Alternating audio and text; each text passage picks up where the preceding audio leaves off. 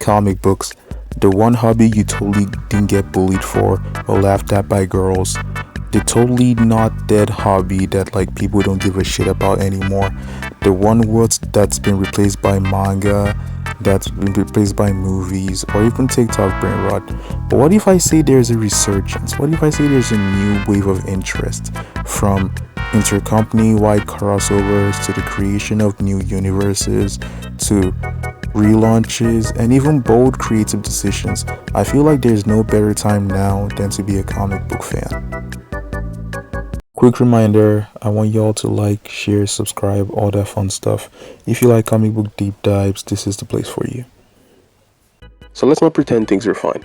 Manga dominated like comics, even the comics are making like shit decisions, and movies like the MCU lost its spark. But hey, it doesn't hurt to talk about the good stuff. Now, the Absolute Universe is nothing short of a success. And this is a fact because it's backed by real numbers, because last year it all had like 8.2 million copies sold.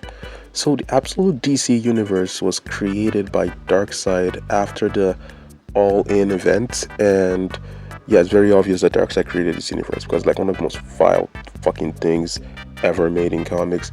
And the biggest victim of this shit is Absolute Batman, who in this universe is not a billionaire. He's a working class kid who lives with his mom, and he has the most horrific villains in comics.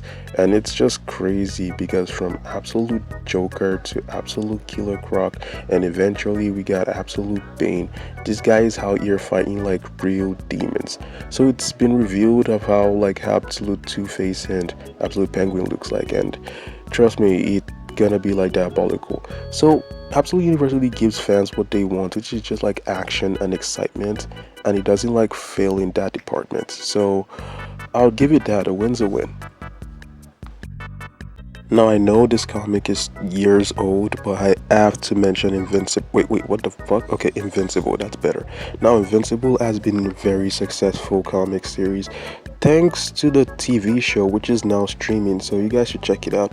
Now Invincible is a very special case because like it tries its best to stay faithful to the source material, even using the source material itself as storyboards.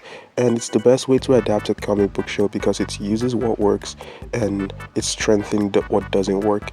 And I feel like it's part of why it's easy for newcomers to get into, and Image Comics have been using this to their advantage, and they have been reprinting compendiums, and these compendiums has been like New York Times bestsellers, and they also print like manga-sized volumes just to get newcomers started. And also there's a spin-off series with a character named Battle Beast, which is about like Battle Beast's journey of like bloodlust and violence, and he wants to die a very honorable death. It's a very interesting journey, and Oddly's art is like very amazing in it. So we get wrapped up to see the character's journey, we see his battles and everything. And in a way it also ties to the overall story of Invincible with the introduction of like conquests, and you're teasing a battle between like Battle Beast and Conquest, and who doesn't want to see that? Come on. So that's also part of why comics have been great today. Another winning comics I have to mention is Robert Kirkman's Energon universe, which has the Transformers and G.I. Joe merged into one shared continuity. And so far it's been really good. And my favorite so far is the Transformers comics because it's been easy to get into, it's been fun, it's been engaging and very action packed. My favorite character is Optimus Prime, and in those books it explores Optimus's leadership, compassion, and love for humanity in ways we've never seen before. And oh, oh, oh, yeah, like Optimus isn't a Prime anymore lately, and I don't know how to feel about that. Let's just see how it goes. And you could possibly be asking, where's Marvel in all of this? Sure, there have been some good books like the new Iron Man run has been great, Inferno Hulk has been like quite engaging, and Cody Ziegler's Miles Morales run has been very, very interesting so far, even though like it's come to its end.